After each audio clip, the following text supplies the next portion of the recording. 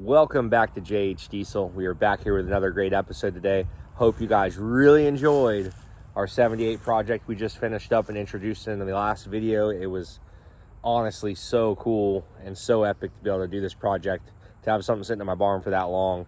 Kept saying year after year, I'm gonna do something with it. I'm gonna do something with it. Finally able to do something with it. So it was really awesome to do that. So she's done, as you guys saw. It just came out absolutely phenomenal. So love it. It's awesome. Good runner, driver. This is really special to me too, because this is truly the first start to finish project on our channel. And we did do the drag truck kind of, but we never really finished it. It was kind of like we thought we were done, and then it blew up right away. So that really sucked. This thing, we'll be able to do some fun stuff with it here coming up. So again, guys, awesome. Thank you so much for watching the content. It was so cool to build that thing. Such a fun time. And got all the rigs here today. Everything's chilling. So we're gonna go over here, show you guys what we're gonna be doing today. Do not forget, December 8th, that's when the Trackhawk giveaway ends. Only a little bit of time left, about a week. JH merch, every $5 spent gets you a chance to win a sick Trackhawk modded out by my boy Cletus McFarland, and $20,000 cash in your pocket. So check that out, and we'll show you what we are getting into today. Dude, what are you doing back here, bud? Oh, you know the deal. This poor thing's got a major surgery undergoing again. Old Ron out here just not being nice to us. Really letting us down right here, bud. Not ideal. So, as you guys know, we put the engine in. Fresh engine. Pretty nice little big block we built for it. 468. Fully built H-beam rods. Good cam. Roller cam. Cylinder heads, the whole nine. Everything was working great. Got some of the issues dialed in with the blower, got it running right. And then we had an issue at a mud park where it started losing oil pressure. Brought it back here, dropped the oil pan, found the oil pickup had broke. The actual pickup broke off, and on top of that, the oil pump had come apart. So pieces of the oil pump were sitting in the bottom of the oil pan. Never a good deal. We had a brand new oil pump in it. Don't know why the oil pump actually broke. Turns out we should have done something different with the pickup, which we learned our lesson there, but the oil pump itself actually broke. And there's a lot of metal in the oil. It doesn't like metal from bearings or anything. It looks like metal, possibly like the oil pump is actually what did it. So this whole engine's full of metal now. So unfortunately, just like anything, any project, gotta take it back apart, make sure the engine's good, and then hopefully it'll be a take apart, clean, and put it back together with a good, better oil pump, I'm assuming, is what I'm gonna have to get for it, which I already got a good melling pump. Not sure why this one came apart after only, a few hours of runtime. So Justin's up here, just about to get him start to tearing this thing back apart. Blower is sitting in there looking all nice and pretty. Not sure what we're gonna do with this thing yet. Might have some different plans with it. I don't know, but for now, we're gonna get it apart. So I did hear, or I read that, I believe it's Milidon makes a billet oil pump that doesn't have a pickup on it. It's all one piece that goes down into the bottom of the pan. So maybe something to look into. It might be something. Yeah, we'll see. We'll see what we end up doing with this rig. I don't know. Real disappointed with it. But now that we're done with the 78, bring it back on this thing. Get it out of our hair so we can get to the 6.0, which we have everything just about for it. 6.0 sitting over here getting dusty, but we are about ready. We didn't plan for Ron to do this to us, so we were hoping we'd be back on it earlier, but with that little issue, got a little bit of downtime. So he's gonna get the engine out, we'll check everything over, and then hopefully have good news, get it back together quick, and get it down the road. Ah, there she is, boys and girls. Ron's heart on the ground again. Ron, really let me down here. It's not what I was looking for out of you. Not what I was looking for. But things happen, guys. It's an engine. Wasn't really anybody's fault. We had a part failure. Hopefully everything inside we pulled apart, clean all the metal out of the system, and hopefully everything is really nice and clean inside once we get in there. It is what it is. It happens. But Ron's motor is out on the floor. Gotta pop the heads off it and take it to the machine shop. Should be ready to go. All right, guys. So huge shout out to everybody that was positive on the video.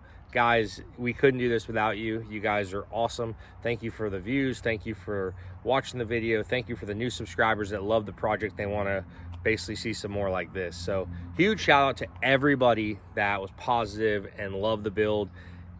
You're not going to please everybody. I understand that. But there was a few questions that were asked. I want to explain those things to people so they understand some of the stuff that we did and why we did it the way we did. So first of all, the biggest thing I saw a couple comments on was, okay, it was probably about all equal. Let's go to negative comments just so I can kind of address some stuff for people so they know. A lot of people are like, you got to raise the backup. You got to raise the backup. So, you know, I'm not disagreeing. I'm a guy that hates a truck that's squatted. So we are debating on what to do to make it look right. As of right now, we're running a 4-inch block in the rear. Actually, I'm sorry, it's a 5-inch block in the rear right here. And I do have an add-a-leaf system in there also on top of the regular factory leaf spring. So what I'm either going to do is get some lift springs or possibly get a bigger block. I don't like going bigger than a 5-inch, but maybe a 5.5 with an angle on it might work, or maybe a 6 with an angle. I don't like going that big, but if I do put some traction bars on it, which is definitely possible, I might be okay with that. Guys, we just got this thing done. I wanted to get it out there so you guys could see it ASAP. We weren't sure how it was all going to sit until it was all done, and to order springs or, you know, change the block, stuff like that, I was like, man, let's get this thing out there so you guys can see it. I don't want you guys to miss out on this. So there is a lot of people that are talking about the Carolina squat deal. It's not Carolina squatted. It's about an inch difference. So obviously I want to be perfect. I like to be perfect, as you guys know. Big finisher lift guy. But I thought this thing did look pretty dang good with the stance and the setup that it does have. So another negative comment. Why would you put a Chevy body on a Dodge frame? Huge decision making going on there. I bounced back and forth for a little bit. I thought, and I still think, the best thing to do is to put it on the Dodge frame. If you look at it, the frame does not hang super low. It doesn't look that bad. It's on a modern chassis. So brakes, steering, all that stuff is from a modern truck rather than to buy something for something that's 50 years old, which we can still get. It is possible, but I just wanted to kind of address that to let you know why we did that and why we put on the Dodge body, or the Dodge frame. Thought it was the best idea. So that being said, a lot of people saw that the truck has no rear brakes. That is temporary. I promise you guys that. It is temporary. We got the truck running again. I have a nice disc brake conversion kit, which we'll be installing on the channel. You guys can check that out. These trucks originally came with drum brakes. When I got it from the original owner to make it a burnout truck, the rear brakes were completely gone. And I was like, this is perfect. I don't need rear brakes to have a burnout truck. So the rear brakes were completely gone. So if you look in here, I mean, it is literally, you look right here, the backing plate mounting piece is here, and there is like nothing here. So, and if you know anything about these original Dodges, these second gens, they had a big drum brake setup. I'm gonna actually put a disc brake setup on it, so it's a lot nicer and it works a lot better. The line is actually ran right to about here, and then they just basically cut it off, folded it back, sealed it, and so that's why it doesn't have rear brakes. We will be putting rear brakes on it though, guys. 100% gonna be putting rear brakes on this truck. Another thing that people were asking about, why does it have an exhaust leak coming out of the hood? Some guys figured it out, some did not apparently, so let's go over that real quick. And also, there's another thing that a lot of people were commenting on under the hood. So, we have a wastegate mounted under the hood. And I went back and forth with that a few times. Me and Justin went back and forth, and we were like, man, we almost originally put a hood stack on this truck. And we talked ourselves out of it. We didn't want to do a hood stack just because we'll be driving it, windows down. I don't want to have this loud, roaring exhaust coming at me and making everything black and everything else. But we did decide to put the wastegate coming out of the hood. We were bouncing back and forth with that, and we said, man, we could run it into the exhaust. We could do that. We could run it out the fender. We were kind of bouncing back and forth on what to do there. And, well, we decided to run out of the hood. I'm 50-50 on it. Did we make a good decision? Did we not? I think that at nighttime when we're doing a cool burnout or we're racing it, because this thing is going to get ran. It is going to get, you know, raced and stuff. That I thought would be cool because that thing's going to shoot about a 6-inch flame out of it. And it's just going to look so awesome. So I did leave that there for that reason. We still got to hook up our EGT gauge, our boost gauge, a couple things under the hood. Another thing that people were talking about, the hood. You guys got to put Vice Grips hood braces on this thing. We didn't put Vice Grips hood braces on it. We did, however, build some of our own with some pieces of angle. So before, whoever had this truck before me, they actually had already folded the hood right over here. The hood is damaged right in this spot right here. It is damaged. So we went ahead and did put these braces, these pieces of angle on the side, stiffen the hood right up. I haven't had a problem with it. It's not gonna flex. Justin welded these in, put a little primer on them, and they are gonna hold and they should be fine for now. So another question that was asked, the hood savers, we have them, they're on, just a different style than what you guys might be used to. So it should work though. So that explains our wastegate, why we have our wastegate on there like that. That explains, and you know, hey, to each his own. Some people might hate it, some people might love it. I don't know. We got our Carolina squat. You got the hood hinges, or the hood braces a lot of guys were asking about.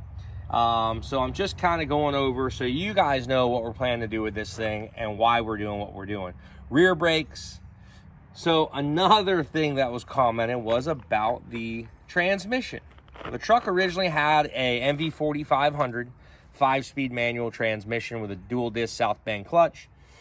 Solid setup, but for what I wanted to do with this truck, and what I want to do is like be able to dirt drag race it, maybe even drag race it a little bit here and there.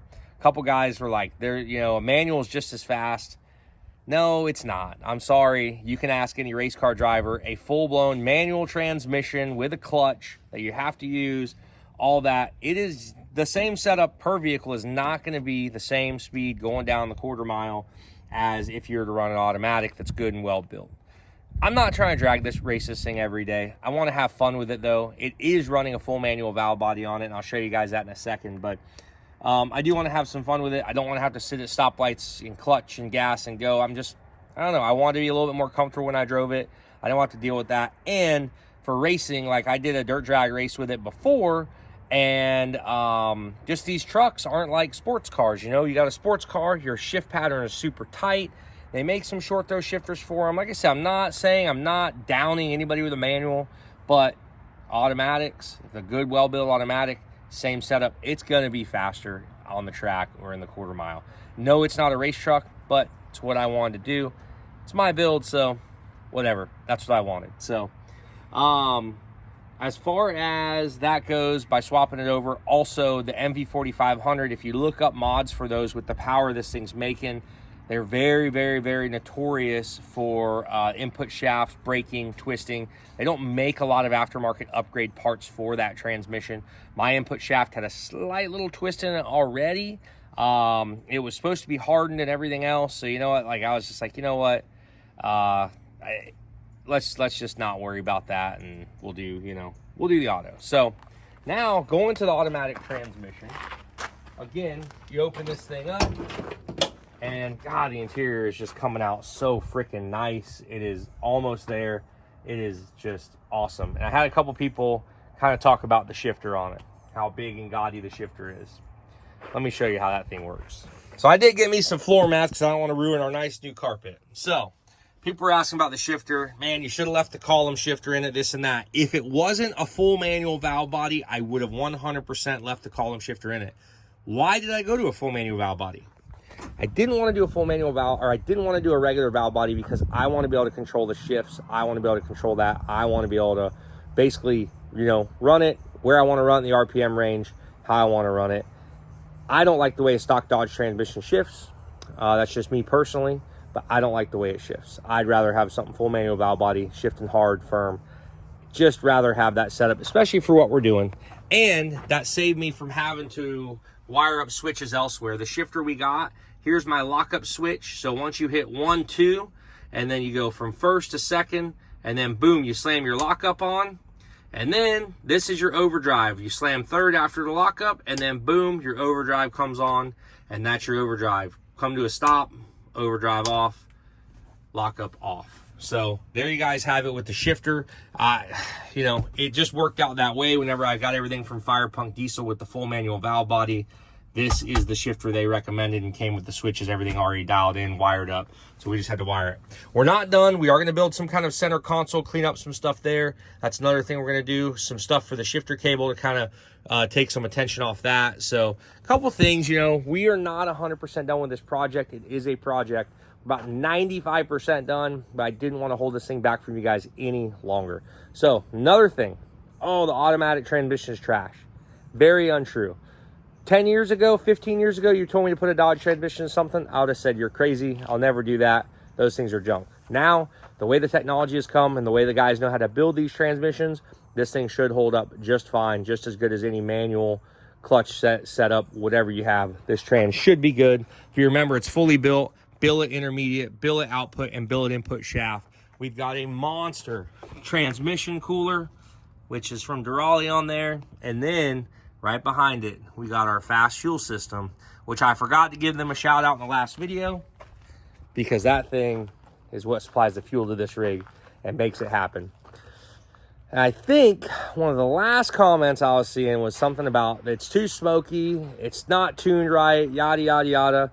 They are correct. We have not finished dialing this thing in. We're going to do some AFC adjustments on it. The AFC is the air fuel control on the injection pump. We did a little bit of adjusting on it, not much. When I first got this thing, the AFC housing was gutted.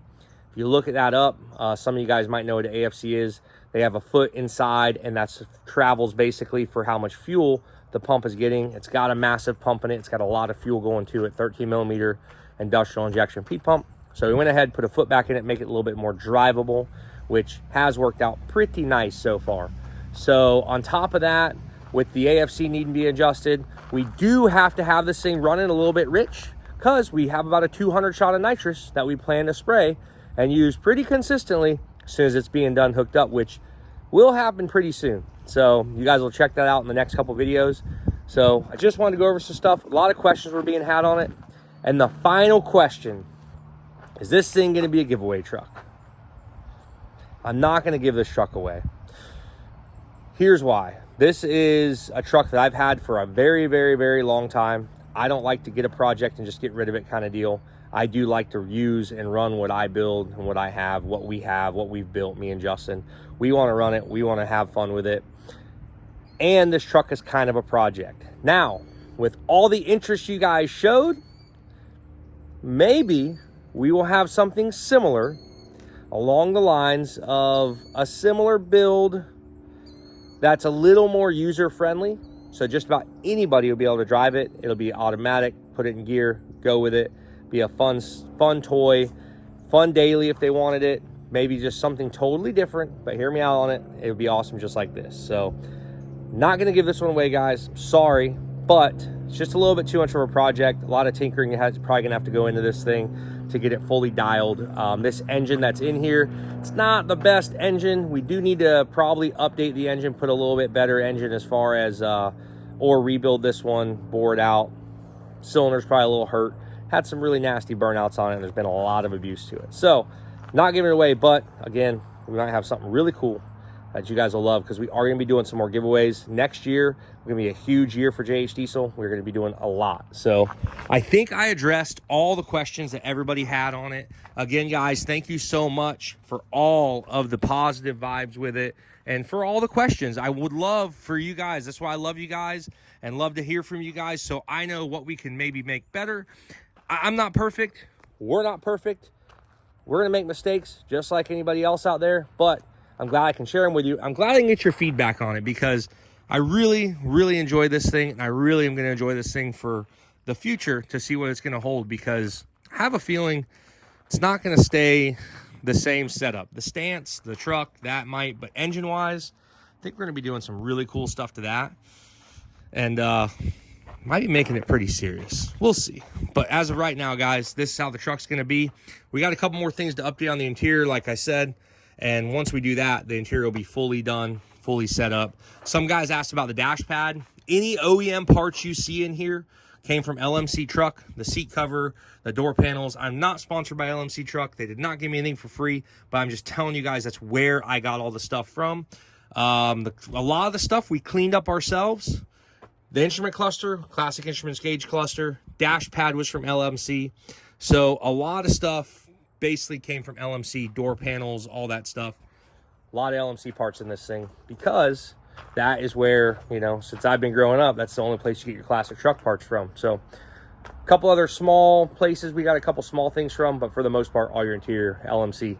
Fit pretty dang good. Wasn't perfect sometimes, but in my opinion, I would say 90% of it, 95% of it fit perfect. So really good luck with that. Again, guys, there she is. Thank you so much for being a part of the build. I know I keep saying it, but you guys don't know how much it means to us to be able to do stuff like this. And we're working, but having a great time doing it. So again, guys, thank you so much. Hopefully I answered your questions. If you have any more, let me know.